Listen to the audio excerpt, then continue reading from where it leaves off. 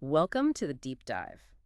So today we're jumping into chapter 26 of Proverbs. Right. And what's really striking about this chapter is how direct it is. Yeah, it really cuts to the chase, doesn't it? Gives you these sharp, sometimes kind of uncomfortable takes on difficult people and behaviors. It's like a field guide almost Yeah. to some challenging aspects of human nature.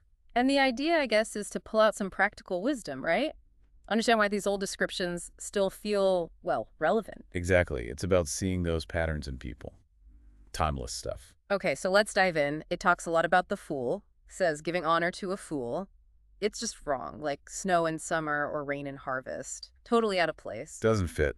And an undeserved curse. Compares that to a bird, a sparrow, or swallow, just flitting about. Meaning it won't actually land on you if it's undeserved. Precisely. It has Yeah. no real power or basis. Yeah.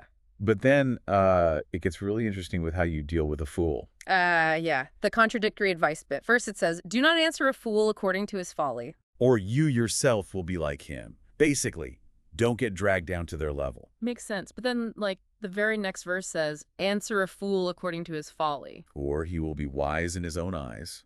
So sometimes you do need to address it. But why? What's the difference? Well, the second one isn't about winning their argument. It's about stopping them from thinking their foolishness is actually smart.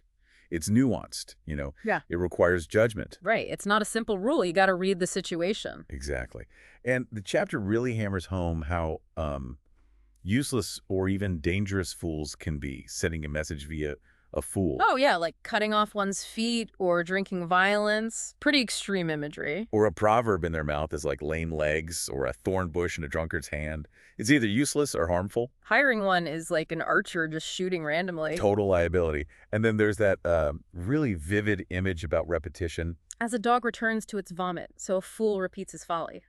Ugh, that one sticks with you. It really captures that refusal or maybe inability to learn from mistakes. Which makes that other point even more surprising, that there's often more hope for a fool than for someone wise in his own eyes. How does that work? Well, the idea might be that a fool, however misguided, isn't necessarily closed off yet. Yeah. Maybe they could learn if confronted properly. Whereas the person who already thinks they're wise... They're unteachable. Yeah. They've already decided they know everything. That connects actually to the next character, the sluggard. The lazy one, right. Their main thing seems to be excuses. The famous lion in the road. Oh, yes. Anything to avoid effort. They just turn on their bed like a door on its hinges. Just stuck and too lazy, it says, even to bring your hand back from the dish to their mouth. It's incredible imagery for just pure inertia. Yeah. And notice the link back to self-perception. Oh, so? The sluggard is also wiser in his own eyes than 7 men who answer discreetly. Right. So that self-importance justifies the laziness. I'm too smart for that kind of work, maybe. Something like that. It's Yeah. a kind of self-deception.